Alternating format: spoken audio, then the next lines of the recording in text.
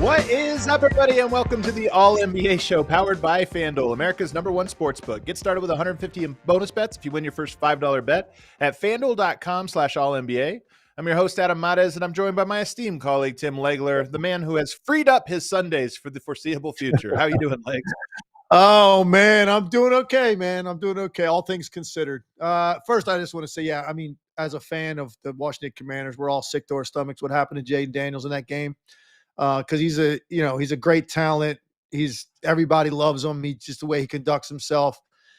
I don't know they should have been on the field at the end of a game. Mid-fourth for sure, game that's not winnable with no offensive line, no receivers playing like that. That's going to be something Dan Quinn's going to be questioned about. But that's the first thing, I guess, Adam. You're sick to your stomach to see an injury like that. But then the bigger picture, you're right.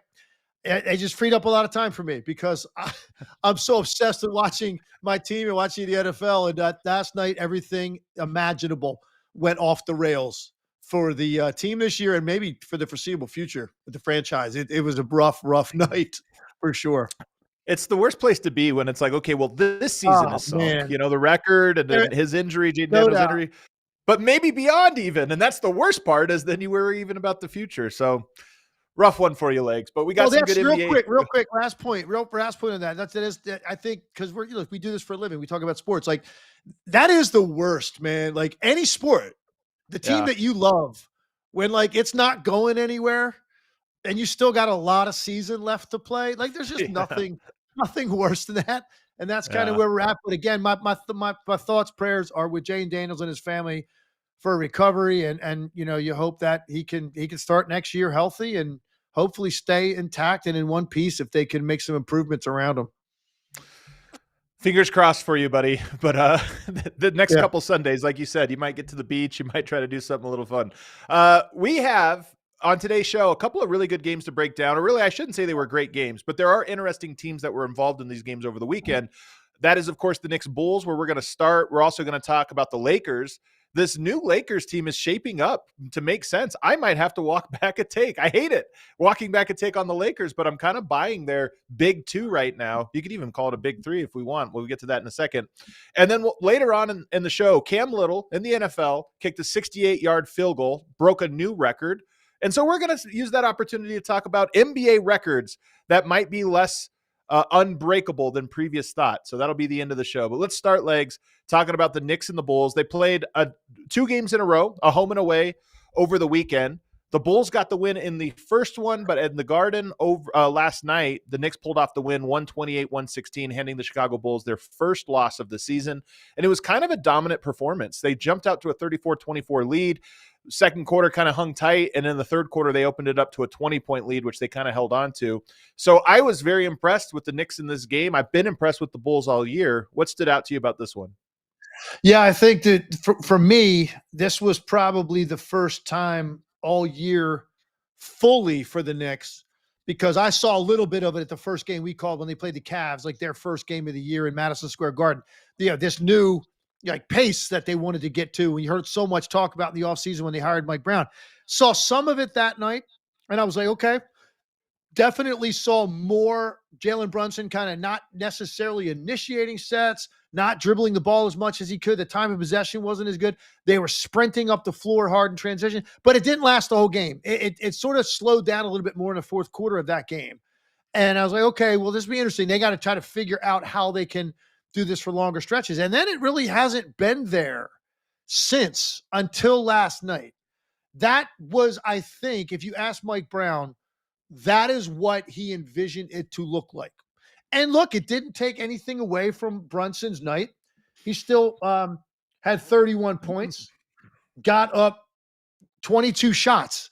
So he's still the primary usage guy, but the feel of the game was different to me. And to me, with a team that I think can be very good defensively for the most part, particularly with 3 or 4 guys on their roster, if you can create this kind of pace offensively for teams to have to guard and it's not as predictable, this is what it could look like. So I think that's my biggest takeaway. This I think was the vision that Mike Brown had for this team. Shoot more threes for sure, play faster, ball less in Jalen Brunson's hands. They took 42 threes last night. I think they've taken 40 in every game this year, and they only did it 20 times last year. So it tells you the emphasis. And last night, Adam, I think that's kind of what division looks like, and it was pretty good and pretty impressive offensively for the Knicks. Well, you're right. And the pace was great in this one. They got the ball up the court quick, especially when they were on their runs. I mean, their biggest runs came kind of fast. Like they went on these runs where it just felt like points were falling. And as much as I agree with you about the pace, part of me looks at this and says they shot 20 of 42 from the 3-point line last night, 47.5%. And some of the shots were good. I mean, there were good shots. When you're playing fast like that, you can generate quick, good shots. But it just felt like everything was falling for him. And it's not even just the key guys. It was everybody. How many different guys? 1, 2, 3, 4, 5, 6, 7, 8 guys in this game knocked down a 3-pointer for the Knicks, most of them multiple. So that was what stood out to me. You're right. It's a new look. They're trying some different things. You saw the style difference, but a lot of guys were making shots last night for them. And they came within a couple of shots being made, one by Shamet, one by Miles McBride. If each of those guys made one more shot, you have 8 guys in double figures. And for me, one of the big things that I needed to see, and Jordan Clarkson had some injuries at the beginning. It took him a little time to find his rhythm. He's critical to this team. Yeah. He's critical because when you looked at the Knicks a year ago, and really the last 2 years, you looked at their team and you're like, okay, outside of Brunson, who can really kind of handle the ball well enough to manipulate a defense and run, whether it's ISO or ball screen or whatever? They didn't really have anybody. They had a bunch of different guys sort of try out for that role, and nobody really could come close. And that's not Bridges' game. That's not Anunoby's game. That's not Josh Hart's game. They all do different things very well offensively. That's not their game. Put the ball in their hands and then watch. Jordan Clarkson can do that. So he had a very good game last night. It felt like a little bit of a breakout for him. Josh Hart also started the year hurt. Last night, you really felt his impact, particularly on the glass, doing that unique Josh Hart type stuff he does at his size for the way he rebounds the ball and the way it could trigger their break. Saw some of that last night. So it just felt like a game in which everything sort of started to come together for the Knicks and what I think we all expected going into the year and really kind of what we were going to expect all season, because I still believe that when it's all said and done, they're going to be right there, probably no lower than 2 in the Eastern Conference. I still think that's where I'm at mentally with them, because it's too early to change my mind on it. And they finally really clicked last night.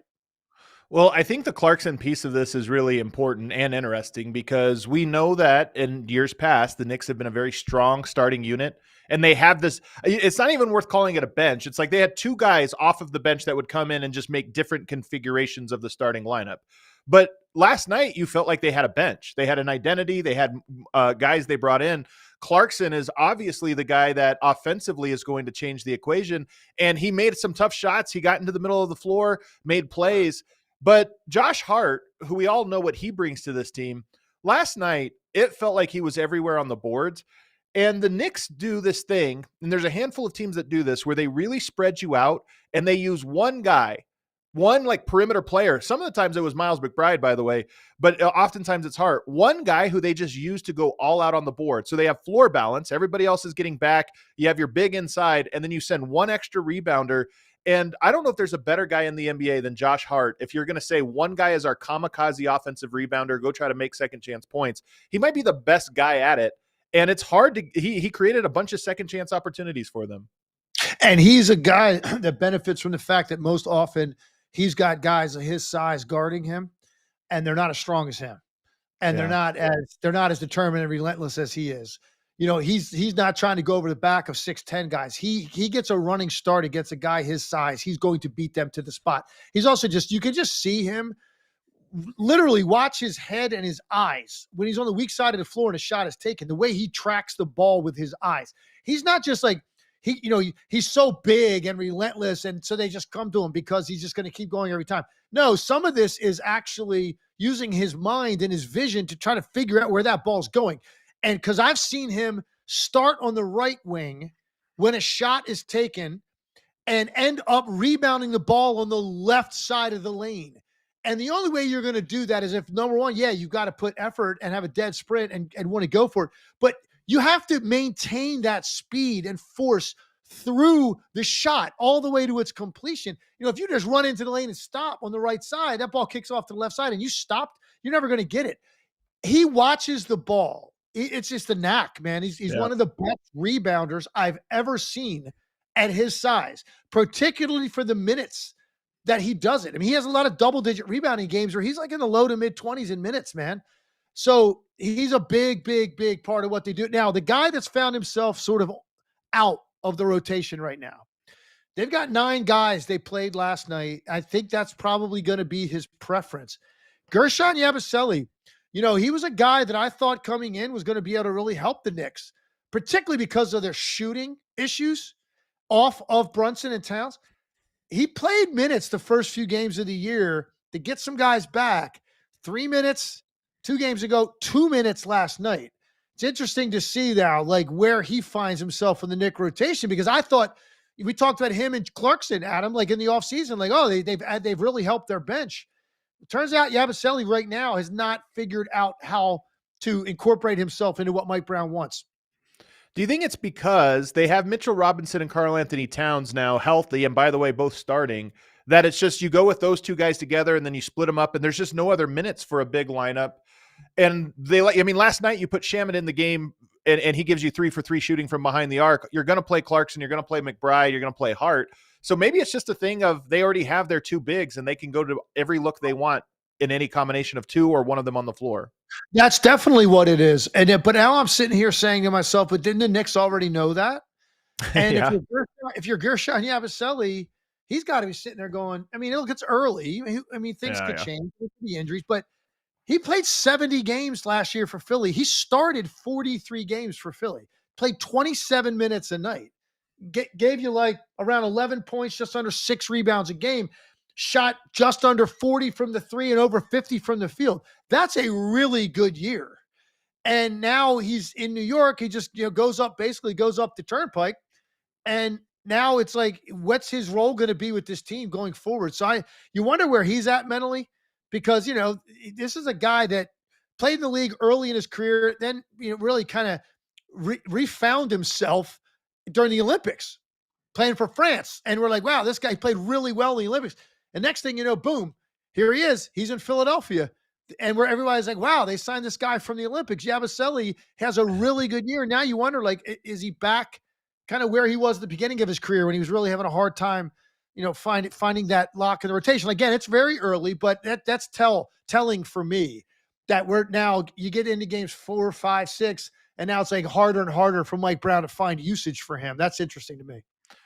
I thought in last night's game, and I haven't, obviously we cycle through the NBA, we're watching different teams, so I haven't caught every single Knicks game, but I caught one earlier where I felt like Karl-Anthony Towns' role was pretty minimized, as it was for large parts of last year. And I thought with how much the ball was popping last night and how much they were getting out in transition, the ball found Towns a lot, and he ends up 20 points, 15 rebounds, 5 assists. It wasn't that he was necessarily just aggressive looking for his jumper on kickouts or post touches or whatever. It felt like he was involved in the offense, which took the burden off of Jalen Brunson. But I also like when they lean into him, not as a featured ISO guy, but just let the ball flow through him, because it seems like good things happen. Yeah, and if you just look at the raw field goal attempt numbers, 11 field goal attempts, you're like, that's not a big number for a guy like Towns. But the thing is, he had 8 free throws. And so, you factor in the aggressiveness of those, attempted shots, and really the only 2 guys that took more shots really were Brunson and OG Anunoby. And there's going to be nights OG does that. And he had, OG Anunoby had a pretty good game, 21 points. So he's going to get more shot attempts. So I think Karl-Anthony Towns, is it his dream to get 11 shots? No, probably not. But he still rebounded at a really high rate. And that's something I think that Mike Brown really wants to see. Like on those nights, maybe no, he doesn't get 16, 18 shots or more if he's really got it going. And it's spread out more like it was last night. Is he still willing to go crash the boards and be the dominant rebounding force in the game? And he was. Contributed a couple of blocks as well. So, look, all things good. They just lost to the Bulls, and there's been some rumblings about is Towns happy with the offense? Right. You know, Yeah. nobody's like questioning the hire yet. It's silly like this early to do that. These things take time for coaches to implement what they want to do, right? But at the same time, it wasn't the start they wanted or expected, particularly after the way they beat Cleveland on opening night. I mean, they look great that night. It's been a rough road since. This felt like back on track, and now like a little bit, and a good response to losing to Chicago. You get them back-to-back games. You know, you got to answer the bell on that, and they did. They were very impressive. There's a handful of teams. This is my last note on the Knicks because I want to get over to the Bulls, but there's a handful of teams in the league right now. I think Orlando is one of them. The Knicks are another, where you make either a coaching change or a stylistic change that's meaningful. So Orlando's obviously bringing in Bane. They're trying to do some different stuff. And I think it's underappreciated how slow that process can be because we're 2 weeks into the season. That's nothing. You know, training camp, you just get a couple practices in and then you're on the road and doing stuff. I think some of these teams like the Knicks last night looked good. Guys were making shots. And it's encouraging because they won with 9 guys. 9 guys contributed to the win. That's not something that happened a ton last year. But I think that it is, you step back and look at some of these teams and say, don't write them off in the first month of the season because they're trying to turn over so much that there's going to be these peaks and valleys. And you really want to evaluate them in December. And that's kind of how I feel about the Knicks. They look good in this game. And it's like, okay, the vision maybe works, but they're not going to be there every night.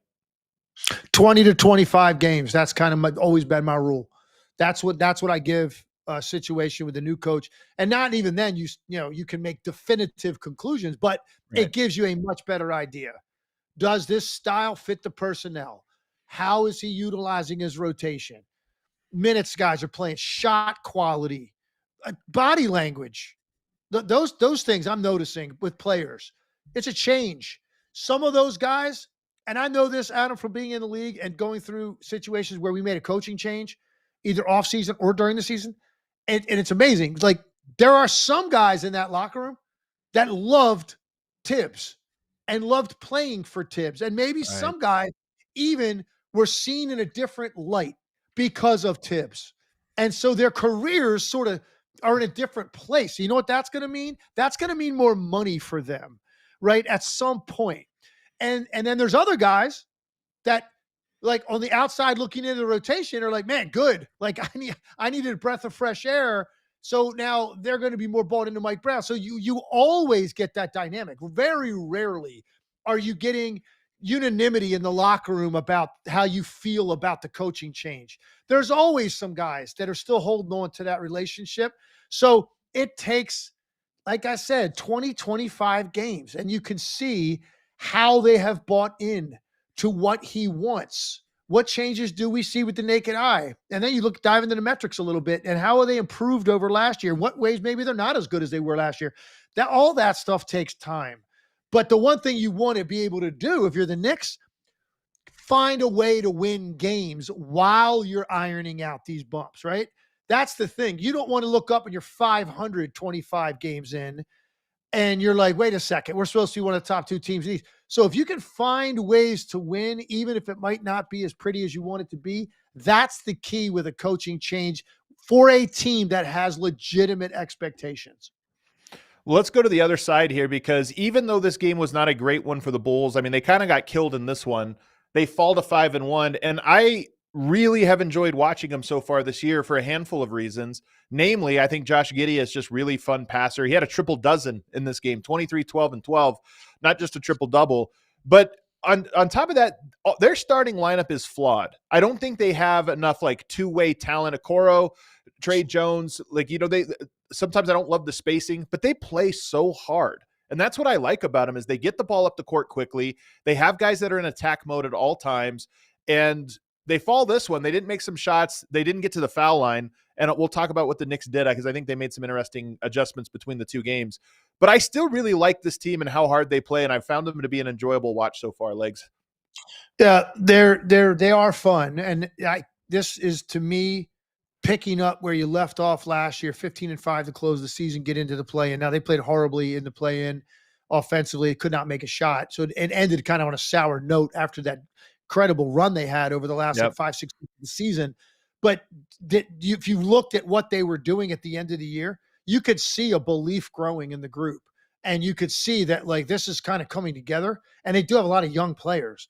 So this, to me, the start of the year, almost picking up where you left off. They came into camp significantly more confident than they were a year ago. Now they've got injuries and they're dealing with, like everybody is dealing with injuries. They got some significant ones though. And Dosunmu didn't play last night, and that's a big one for them.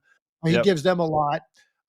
But you look at the start that some of these guys have had, man, and Giddey's at the top of the list, 22 points a game and almost a triple double. It's incredible what he has done to just kind of show you the all-around player he is since he left Oklahoma City.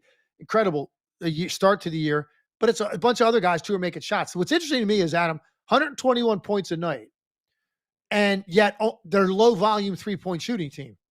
They don't take a lot of threes. Now, they shoot 40% on the ones they take.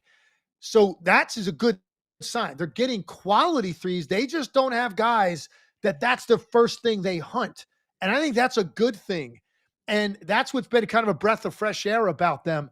The way they play. Fast, excellent passers on this team. They move it, they share it. They don't care who takes the next shot. I like watching teams like that. I 100% agree. The Giddey piece of this is interesting because he's so talented, and you're going to laugh at this. Is the worst comp of all time, people. I already can see the comments are going to come out for this, but he has a little bit of Shea to his game. And what I mean by that is he has a way of getting by his defender that's not just pure straight line driving. He'll get you off balance, kind of go behind the back, and then get you on the hip, and then just kind of force his way into the paint and either try to take this like 6-7 foot jump shot, which he's decent at, or more importantly, he collapses everything. And a lot of these guys, like you think of a Ja Morant or De'Aaron Fox or one of these guys, it's like straight line, get to paint, collapse, and then kick out. Giddey almost does it in little herky jerk movements, just slowly gets you till the defense has to collapse and then find the open guy. And he's just so crafty at it. If you're not somebody that's out there catching a lot of Bulls games on League Pass, just an average NBA fan, I don't think you understand like how well this guy's played. You got to watch him, and I guarantee you're going to be a fan of his game if you just watch him, because it's everything he does is simple, but it's highly effective because the guy's IQ is off the charts. His anticipation of where the next pass is supposed to go, the next read, coming off of a ball screen and understanding what the defenders are going to do and what that means, it dictates where the ball goes. He just processes it so fast. The thing that's interesting to me about him right now, we'll see if this bears out. If you recall, when he was in Oklahoma City, Adam, they took him off the floor because of his inability to make a corner three. Yeah. And it was killing their spacing. Yeah. So as good a passer as he is, it doesn't matter as much if you can't make a shot, because guys that can make threes off the ball are better passers, because when the ball is swung to them, there's a harder closeout. It creates opportunities then to put it on the floor, get into the lane, and use your passing ability to make the next play. When you don't have to close out it, guys, it affects your ability to pass too. So he got to the point where he had lost confidence. They had lost confidence in him. And he has gone to Chicago, and look, it's not a super high volume, but 4.5 3-point attempts a game, and he's shooting over 40%. It matters. It makes you a better passer. When you have to guard him a little differently out there, there's more passing lanes available to you, and he's just been fun to watch. One of the really fun players in the Eastern Conference so far over the first, 10 days of the season.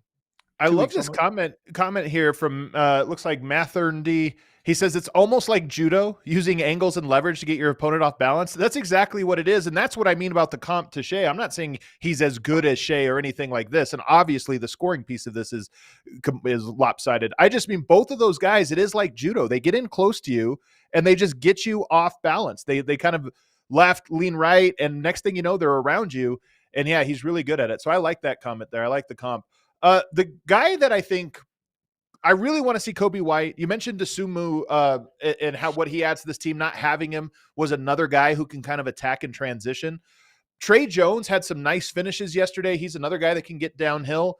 And Matas Buzelis. So right now, like last night, you have Giddey, Jones, and Buzelis attacking. I don't know who else you were going to get that can attack, and that was probably not enough guys. They were shorthanded, so they didn't have enough guys that can attack. But Buzelis to me is going to be the X factor, and he's obviously one of their big pieces.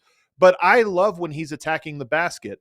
And I think that his efficiency on those types of plays is going to go up over the course of the season because he too has those long strides. He has good touch. He can get to the rim. And I think the final form, if this team is a playoff team come April, by that point, you're going to be talking about Giddey can get to the paint and collapse. Buzelis can, Dosunmu can, Kobe White can, Trey Jones can.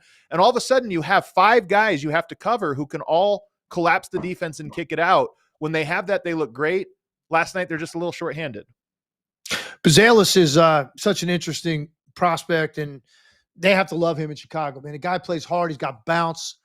He really likes to defend. He runs the floor like a deer. You can throw it ahead to him and trust him in the open floor to do something constructive with it by getting all the way to the rim. Basically now, I mean, he had, as most rookies, he had a kind of a up and down first half of last year, struggling to make shots consistently. The touches weren't consistent. Basically, when they kind of made their run, and a little bit before that, it started for him. He now, over a period of about 45 to 50 games, he's giving you like 16 a night at his age. That's how comfortable he has gotten. Again, he's the best word for him, just like Giddey, fun. It's just fun. It is fun. He kind of plays like his hair's on fire a little bit. And I like that, man. I like that intensity. Joy for the game. Like they got him, the pick that they got him with. He's the 11th pick in the draft. I think that ultimately, when we look at this 4 or 5 years from now, we are going to look at that as an absolute steal that they got this guy with the 11th pick. The guy I'm wondering if they can get more out of, and I think they might need to, is Kevin Huerter. Because I think they need some shooting. With all these guys that can attack, you need some guys with a little bit of a quicker trigger. And there's guys like this in the NBA legs who are better shooters than their confidence seems to suggest. And he's a guy on this team where it's like, man, you have all these driver and kickers. Your job is, if you have a little daylight, you got to get it up, because who else is going to be open to take these threes? You know, you're a guy. There just were a few plays last night where I'm like, hey, you got to take that one. He's got to have a quicker trigger. I agree with that. I don't think his volume's anywhere near high enough. I think he's averaging about 4 threes a game for the year. I think a guy like Kevin Huerter, when you look around the league, okay, guys that can really shoot the ball that have size. I mean, for me, Huerter, that number's got to be like north of 6. You know, get him up, because you're right. He can catch fire. Now, I think he views himself more as like an all-around player. And he is a good all-around player. And he defends and he plays really hard. He's got good length defensively. So I think he views himself that way, but I still think there's more to grab there from the 3-point line on a given night. And get him up, because I think that they're going to let him. He's got the green light on this team. And the nights that he's going to shoot it well, they're going to be tough to beat, because some of those other guys, I think, are going to be less streaky. He's going to be a little bit streakier. So on those nights he strings some together, I think the Bulls are going to be tough to beat, because they're going to put up a big number. Yeah. If you look at this, so they start 5-0 and they dropped last night. They've got the Sixers tomorrow, which will be a great game. We're probably going to talk about that game on Wednesday's show, at least in some part, but that's a great game. Then you go at Milwaukee, at Cleveland, come back home for San Antonio, then at Detroit. They're 5-0, or they were 5-0, now 5-1, and all of those games are going to be 50-50 at best, you know, or they're going to be on the road and underdog. So 5-0 start is great, but the league comes for you fast. And I like this Bulls team. I hope they get a little bit of health, and I hope they can sustain it, because we've seen teams that start 5-0 and then drop a handful and you're right back to square one. But just looking real quickly, Legs, Philadelphia, Milwaukee, Cleveland, San Antonio, Detroit. That's a tough upcoming 5 games. Yeah, and I think that's kind of what you look at. Okay, they got out of the gate quickly. They lost last night. They were handled in almost like a revenge game from the previous game. Kind of almost saw that coming. Right. If they didn't, if they go in there and beat the Knicks, then you're really kind of questioning what's going on with the Knicks.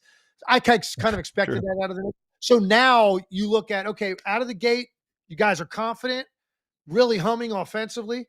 The stretch you just mentioned, revisit it 10 days from now. You're going to know a lot more, I think, about the Chicago Bulls and what ultimately their season is going to look like. That was our FanDuel game breakdown. You know, we always start our shows with legs with a game breakdown. That was presented by FanDuel. Remember, you get 150 in bonus bets if you win your first $5 bet at FanDuel.com/AllNBA. All right, legs, let's take a break. On the other side, I do want to ask you about the Lakers, who, with Austin Reaves and Luka Doncic both playing right now, they're kind of changing my mind about their upside, but there's still some questions. We'll get to that on the other side. First, let me tell you guys about SeatGeek. Right now, the NBA season is in full swing. That's why we want to give a shout out to SeatGeek, the sponsor of this show. Over 35 million downloads. SeatGeek is #1 rated ticketing app. There are more than 70,000 events listed on SeatGeek, including concerts, sports, festivals, and more. What I like to do going into a weekend, if I don't have a game lined up, I just hop on the app and see what's going on in my neck of the woods. Maybe there's some kind of food festival I didn't know about or concert. And it's a great way to find out what's going on because, of course, if it's going on, there's going to be tickets for sale, and you can just hop on SeatGeek to get those tickets. But also, the NFL is in full swing. You got the NBA going. So if you are looking for tickets, make it synonymous with hopping on SeatGeek. They also have this great thing on the phone app where you can see each ticket graded on a scale of 1 to 10. So you know if you're getting a good deal. And not only does it have that rating, it also has it color-coded. So when you open up the app, if it's last minute and you're just looking to see, is there a really hot deal where a price on a ticket just dropped, they'll show up with a little green dot next to it. Green means good. Red means it's going to be more full price. But it's a nice way to hop on there last second, not have to sort through and think, okay, is that good value or bad value? It'll give you an automated, yes, this is better value than usual, and you can get great last-minute deals. And, of course, I've got a code for you. You can use the code ALLNBA10 for 10% off of your next set of tickets at SeatGeek. That's 10% off of any tickets with promo code ALLNBA10.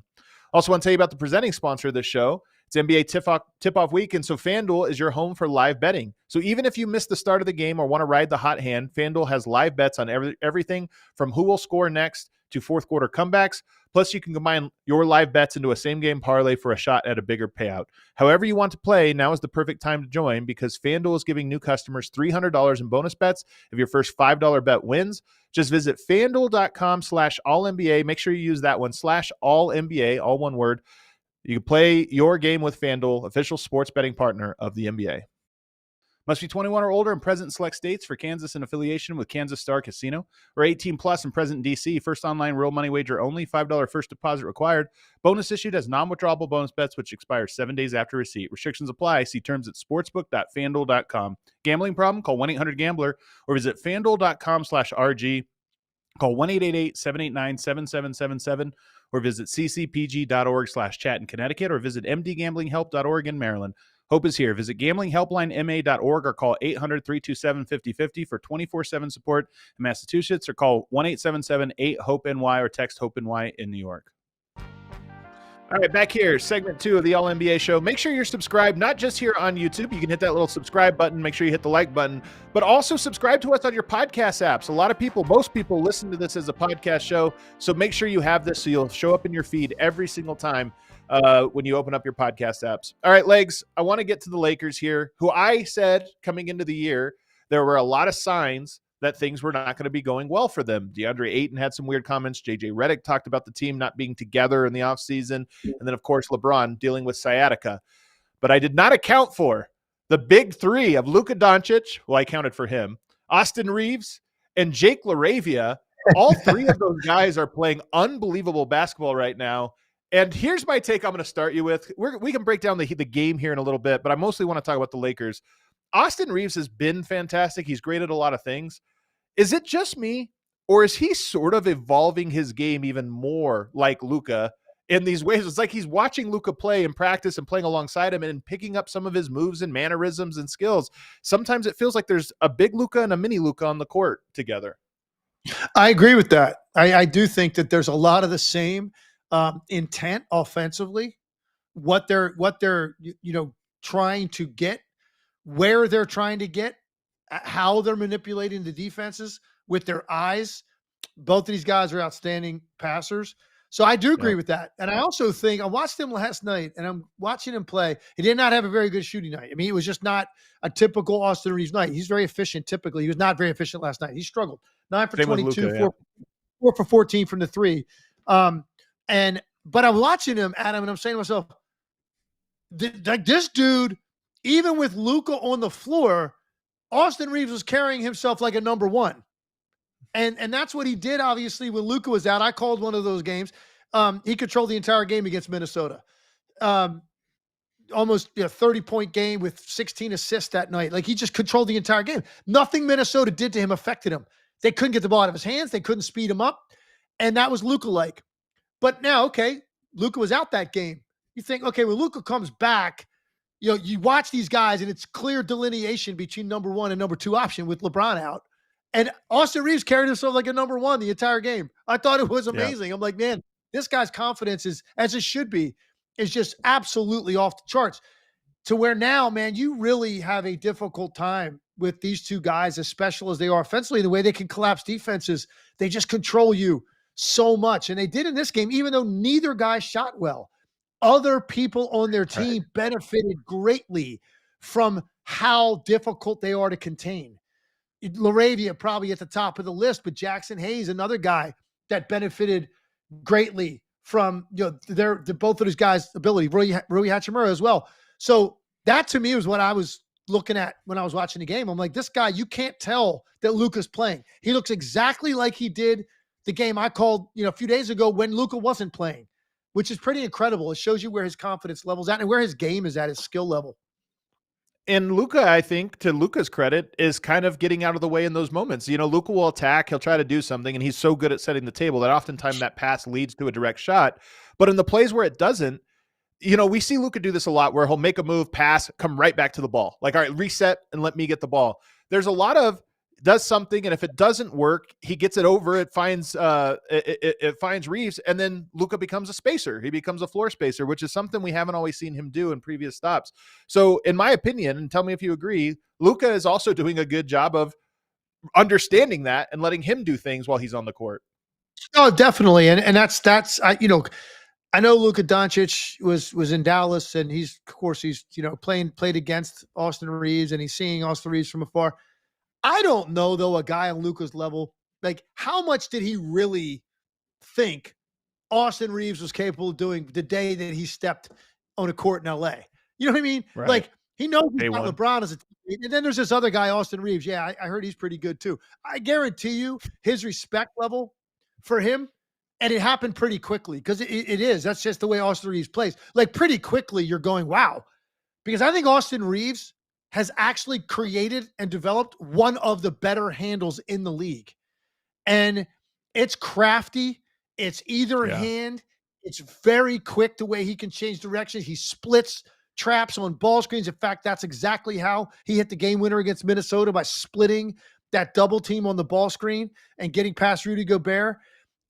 He's so good with the ball. He's got such command that he can go anywhere he wants on the floor. And I think that probably is what opened Luka's eyes to how good this guy was when he first started sitting there watching him or playing against him in camp.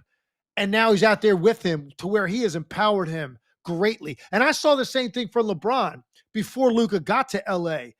I said once, at one point, I don't know that I'd ever seen anybody that played alongside LeBron James handle the ball more initially than Austin Reaves. And that's saying a lot, because he played with Kyrie Irving in Cleveland. He played with Dwayne Wade in Miami.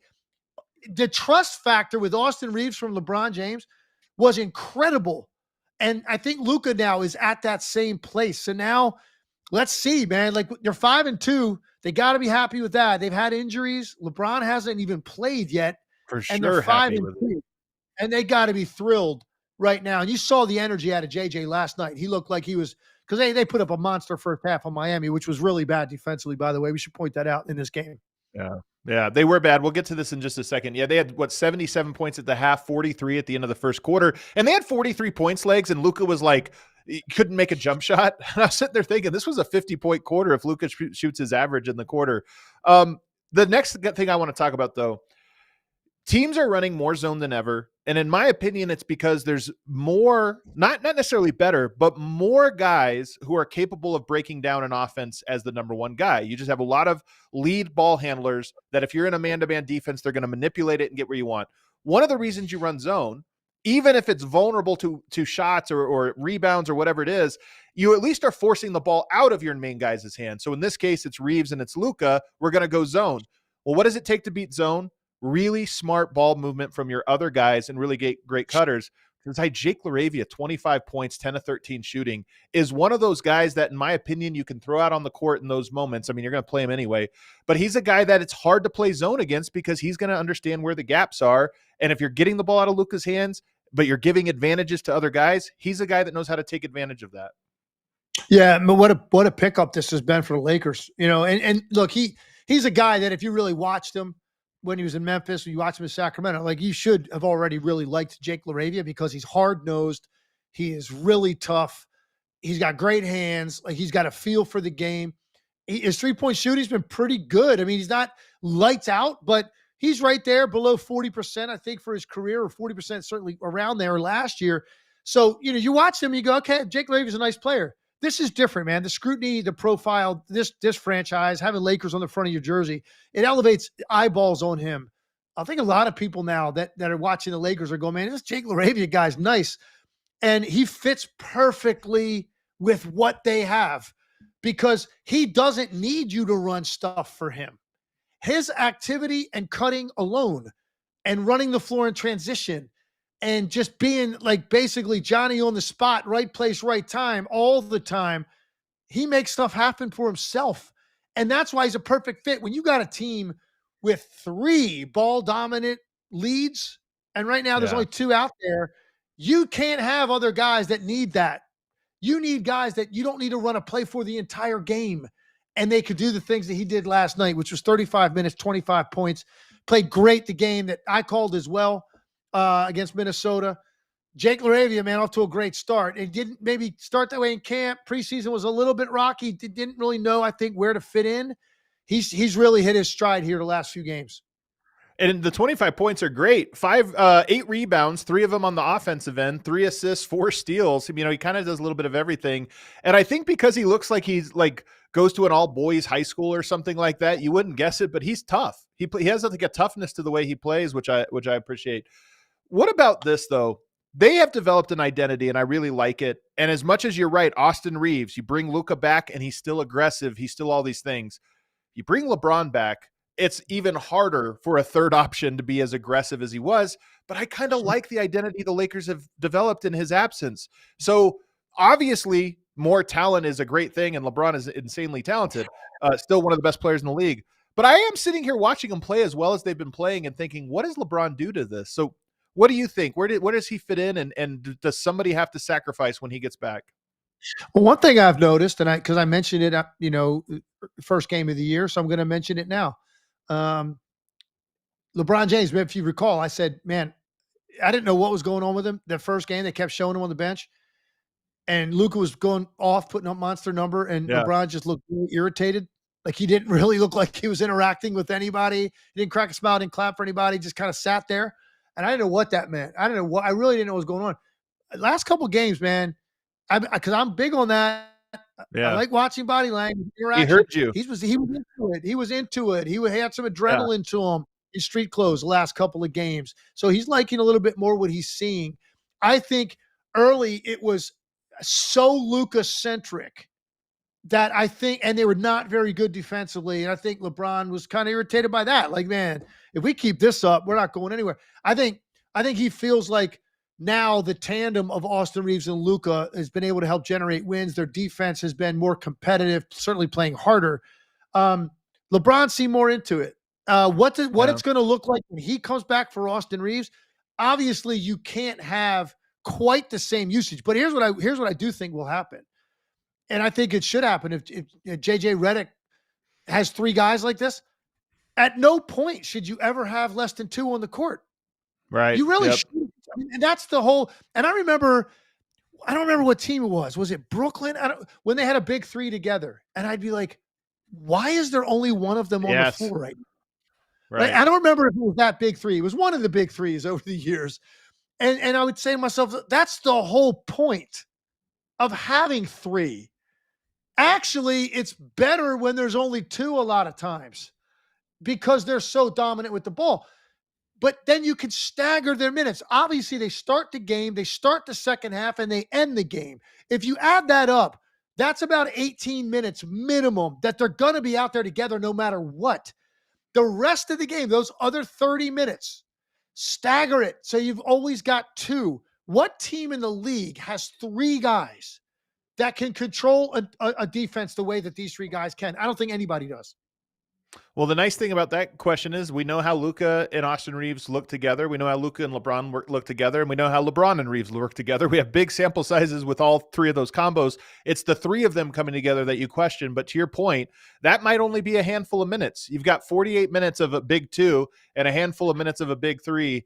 And I mean, I hate to say it, the Lakers are 5-2. They look really good. I think they look very well coached. They look very well prepared for their games. They have a good system. I still don't love their front court. I still don't love Jackson Hayes, although he played well last night. But they're looking really good. On the other side, Miami. Hold on, real quick. I'm going to finish up with the Lakers. I just got a couple quick things to say about the Lakers, and we'll move to Miami. Okay. So first thing is this. JJ Redick, to your point. Okay, so now I saw JJ in the preseason, saw him again in regular season. I'm calling him again Wednesday. They're hosting Victor Wembanyama. I'm calling that game. I cannot wait. It'll be a fun one. Wednesday night. But JJ, I can just tell you, and you would expect this.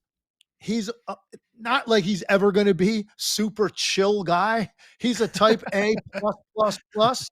Okay, that's who JJ is. But I'm telling you this. He's definitely a little bit more, or maybe significantly more relaxed than he was last year. And I think a lot of it was because this was a dream thing for him to be a coach in the NBA. A lot of eyeballs on how that all played out, a lot of pressure, a lot of scrutiny. And I think so he probably was pressing just like anybody would. So I think that's affecting their team a little bit too. He's a little bit more, I think, just happy, little smiling a little bit more, even in the pregame meetings, just a little bit different. Maybe a little bit of that edge is better for the team to not be exhibited to that extent. So he looks like he's in a really good place. But there's a couple other things I want to point out, and I have to do this because he gets a lot of criticism, and I understand it. It's justified. Last night, and I'm not saying he's going to be a regular in the rotation or he's going to play a lot of minutes for them. Bronny James last night looked like an NBA player. And it wasn't scoring. And if he can ever just make a spot up three, he just struggles so badly to make that three that you kind of desperately want him to make because you're like, he's out there. You know what this has probably been like for him. And then he gets an open three. And maybe he just had an assist or a steal or he guarded somebody well. And boom, here comes an open three on the other end. And now it's going to be this like really good field thing for Bronny back and forth up and down the floor. So he still can't make an open shot. But he had some good defensive possessions. He made a couple of good driving kicks. He caught a lob from Austin Reaves in transition for a two-handed dunk. It was a great pass. It was a great finish. Like, I just wanted to give that because he's not going to get that too often where people say, hey man, he played well last night. Like he blended in because more often than not, he stands out because he doesn't look comfortable. Things don't go well for him. He looked like an NBA player last night, man. So I want to just give him that shout out. And then the last one, we got to start giving Rui Hachimura more credit. The guy had some good plays. The guy takes like 10 shots a game at him and he shoots 58%. And most of those are mid-range jumpers. That's a really hard thing to do, to find rhythm and shoot that efficiently when your shots are spread out and you're like at best the fourth option. Some nights you're the fifth or sixth option, and then he still does it at that level. So I wanted to give him a lot of credit because he doesn't get any. But Rui Hachimura is a very important player for them. I like the Rui call out. Also, just a size mismatch. He's a guy that when you're running your offense, you get a lot of just cross matches or what have you, and he shoots that mid-ranger over a smaller defender really well, really comfortably. But the Bronny point I like. He's I think a high IQ player on both ends of the floor. He uses that IQ on both ends. So to me, he's a very good connecting player. And the question you're kind of getting at, I don't know how much of a creator or finisher he's going to be, but the in-between space there, the connecting plays he's been very good at. And of course, he's not doomed on the creation or the finishing. It's just the early part of his career, and we'll see how he develops those. But I do enjoy watching him play. And it brings me to an interesting point about Miami, and that is that Bronny had 3 steals in this game, and he had them by shooting the gaps.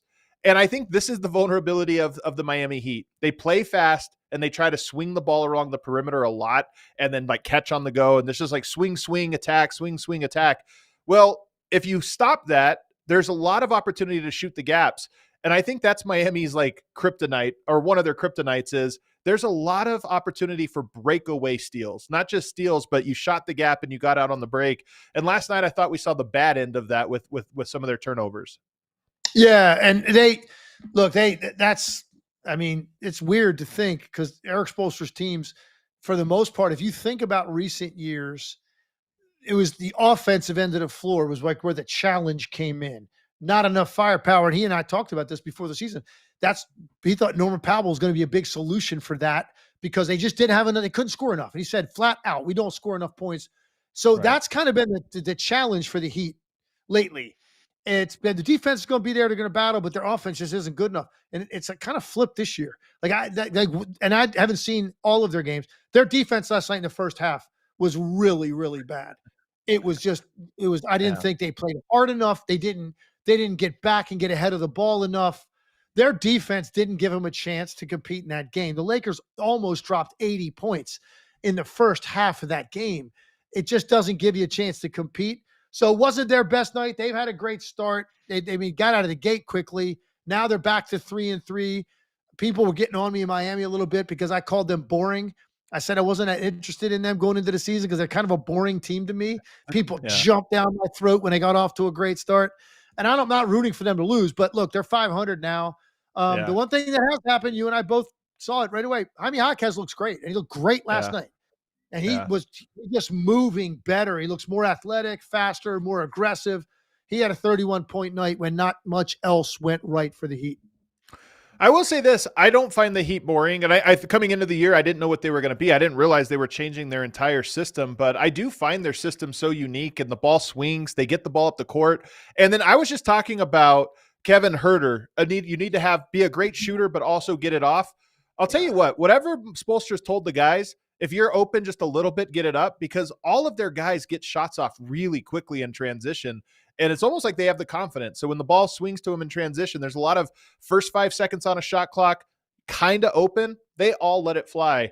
They didn't make them last night. 9 of 33, 27%. And let me just real quick, Adam, I just want to say when I call them boring, what I mean by that is it's more for me, their individual players aren't me super entertaining or interesting to watch. It's not, obviously they're incredibly well coached. I'm on record as saying if I had, any 5 players on earth you gave me and I had to go win one game, I would pick Eric Spoelstra. So that's how much I think of the guy as a coach. It's like the individual way that their guys play. Nothing that jumps out to me like, oh, that was really entertaining. That's really what I meant by them being boring. Yeah, I know. I hear you hate the Heat. I got it. Yeah, it's a lot of guys around the league are telling me as a hater. All right, we're going to end. So we had this over the weekend. Cam Little nails a 68-yard field goal, and you said, you know what? Let's talk about unbreakable records. First of all, the 63-yard field goal to me never felt like an unbreakable record, especially when you watch these guys in the NFL warm up kicking field goals and they all kick 70.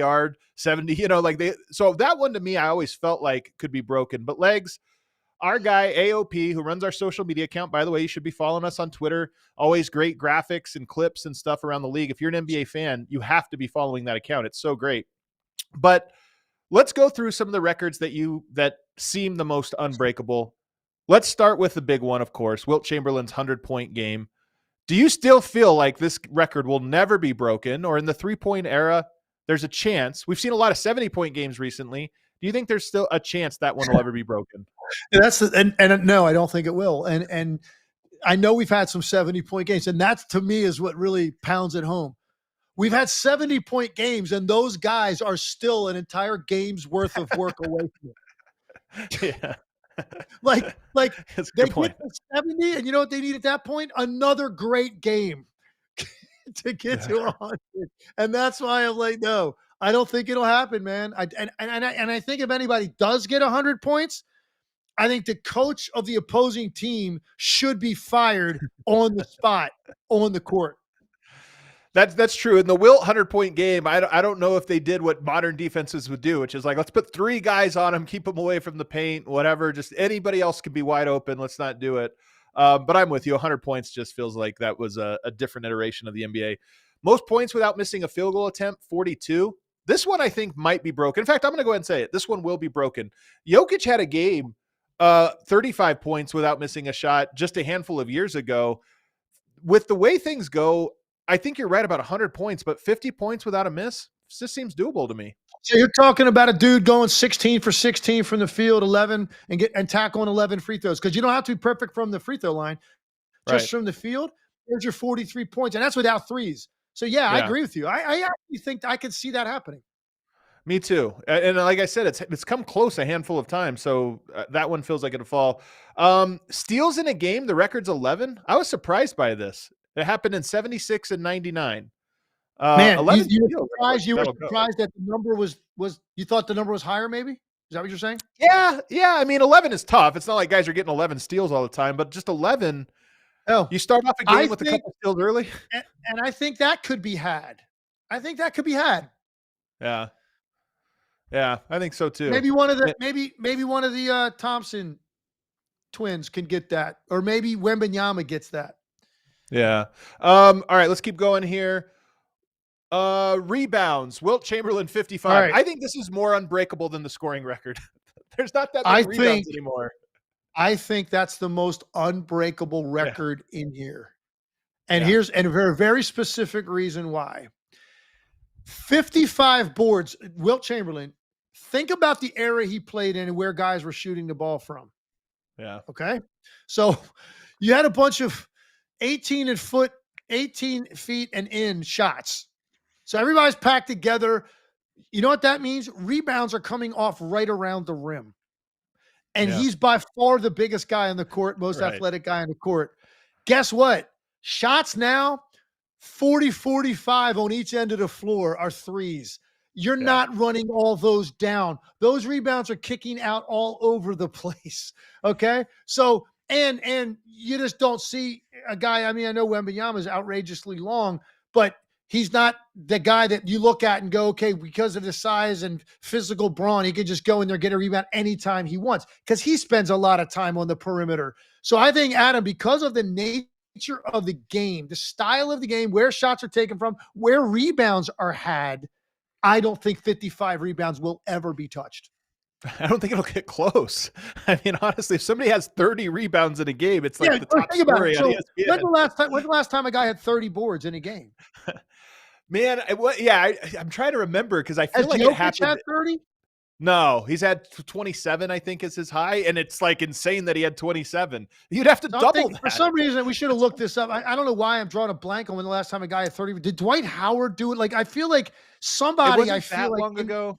In recent times has done it. But guess what? Even if he got to 30, he's barely halfway there. I know. Nurkic had 30 in I don't think it'll 2024. Yusuf Nurkic had 30. James is telling us, man, in 2024, which is go figure, you know. How about this one? I might never be broken. Scott Skiles, 30 assists. Now I'll tell you this: I've watched this game. Every player on defense that game was horrible. There wasn't a single worthwhile defensive player in that entire game. They were all so horrible.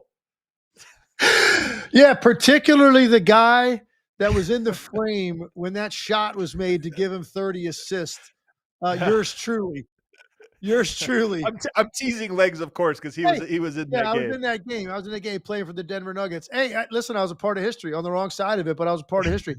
But in all seriousness, might not be doable either. This one, I think this one can be topped. It is tough to have 30 assists, but be in a close enough game that you're still on the court. But we have some great passers who are ball dominant guys. Luka Doncic, Jokic. There's some guys that I could see this one falling, even if I think it's not likely. The problem, one real quick, I'm going to look something up real quick because I want to comment on what you just said and reason. I'm going to give you reasoning behind why I don't think it's possible. Scott Skiles, I believe that was this. Okay, he averaged 8.4 assists that season, and he only took 13 shots a game. So my point is this: I don't think it's going to be done because the nature of the position is now a much more aggressive shot taker. So even a guy like Luka, a guy like LeBron, like guys like that get high assist numbers, they're also getting 30 points most nights or 40 Yeah. points most nights, right? Well, So the nature of them looking for their own, it would almost have to be, Adam, a situation where Luka Doncic got off to a start in a game just yes, I agree. organically. They're Yep. up 20, and he's got his 8, 10 points, but he's got like 10 assists in the first quarter. Agreed. Right. Yes. And now a guy like that basically makes up his mind. Yeah. This They is don't need me exactly to it. score anymore. We're going to win the game. I don't have to score. I'm just going to play make. Because to me, if there's one guy out there that didn't break this record, I don't think it's going to be broken. And you know who that guy is? Magic Johnson? Jason Kidd. Jason Kidd. Jason Kidd. Oh, okay. I feel like if All right. Jason Kidd didn't get 30, because every night Jason Kidd took like 8 shots. Yeah, he was And just he looking played, at he assists, played yeah. so fast, so I don't know. I think 30 assists is also one that's going to stand for a long time. Nothing like how certain I am about the 55 rebounds, though. This is why I think it'll be broken, though, because I think you're right that Luka could have a first quarter where he's up to 8 points, 10 assists, just naturally got an assist. And I think he's the type of guy that would look at that and say, okay, second quarter, let me see if I can get 6, 7 more assists. You go into half at 17 assists. I think third and fourth quarter, he's out there just looking to break the record. He's the type of guy I think would be capable of doing it and put his mind to it. Couple quick ones One here. more. 3-pointers. Oh, okay. Three-pointers. I was going to say, I thought we were going to do blocks. Okay, do blocks. 17. Elmore Smith, 1973. I think we both agree there's only one guy we're looking at. Very possible with this guy. You think Victor Wembanyama can get 18 blocks in a game? I actually, you know what? Yes, I think it is possible. It's a stretch, but come on, he gets 10, 11 effortlessly. Here's what's interesting about the records and the evolution of sports. So the reason this came up was because of this field goal by Cam Little, 68-yarder at the end of the half. And we got to thinking about like, wow, man, how long did Tom Dempsey's record stand? He was the 63-yard field goal. Okay. It stood for 43 years. And since that was broken in 2013, at least 10 kicks have been made longer. So, Crazy. And that's my point. So, we say never, never, never, but hey, every generation, the evolution, all right. But the game of football still looks very similar. The game of basketball looks a lot different. True. Than it Great did, point. right? 40 years ago. So I think you're always looking at guys coming along and saying, is it possible? But 18 blocks in a game, when did Elmore Smith set that record? 1973. Okay, so there we go. So you're like 52 years removed from that record. And look at some of the guys that have blocked double-digit, shots in a game or averaged 4, 5, 6 blocks. Mark Eaton averaged 6 blocks a game one year. 6 blocks you averaged. This guy had 17 in one game. So Wemby would be the only guy. And I don't know, man, if that's even possible. 18 blocks in a game. The one that I do think will be broken, 14 3-pointers made by Klay Thompson in 2018. It just, look, man, somebody's breaking that record. Maybe this year. It's just, there's too many good shooters now. That could be broken by the weekend. I mean, that could be broken at any time in this league with teams taking 40 to 53s. A lot of teams, a lot of nights. It just and more guys, by the way, capable of shooting the shot comfortably from distance. It's just by sheer math. It seems like that one is bound to fall, sometime in the next 5, 7, 10 years. Yeah. Well, I like it. Let us know in the comments below which records you think will be broken and who is going to break them if you want to get so bold. Is Wemby going to get 19 block shots? I kind of think it's possible, man. Somebody's got to be brave enough to try him 19 times, but if you do, you might get 19 blocks. What do we have? Super chats, James? We got a couple. Psycho Blue, our guy says, had a gum graft this morning, but wore my Barkley uni to surgery after last night's dub over the Spurs. No Waspos, no problem. The Bulls drifting for years into a 5-1 start is why it pays to keep kicking cans down the road. I can't tell if that's tongue in cheek, but because I know Bulls fans want to make a change to their roster. But hey, man, they're a good story so far. No, I think he should be hired by. He should literally be hired by the CIA to send like coded transmissions because there's no possible way anybody figure that out. What he's talking about. There's a lot. That's our guy, though. Keep sending them. We love him. He's here every day. We love him. But there's a lot of information in those super chats. If when All City do 200 invisible threads, would love to see you guys revisit Sombor with guys like Tim, Legs, and Stein. Man, you want to do a little Euro trip and learn about the history of basketball throughout Europe, Legs? What do you think? Let's do it, man. Absolutely.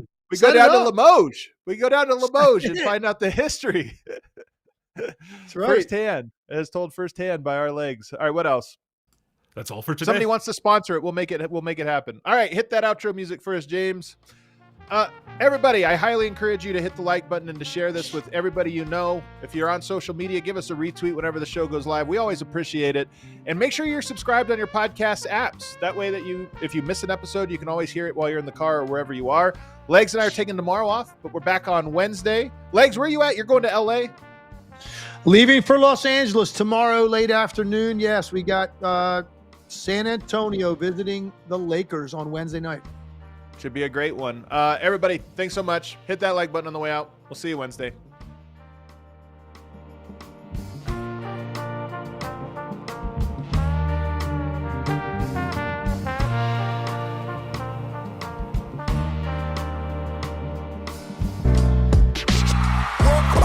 We all silly like the mayor.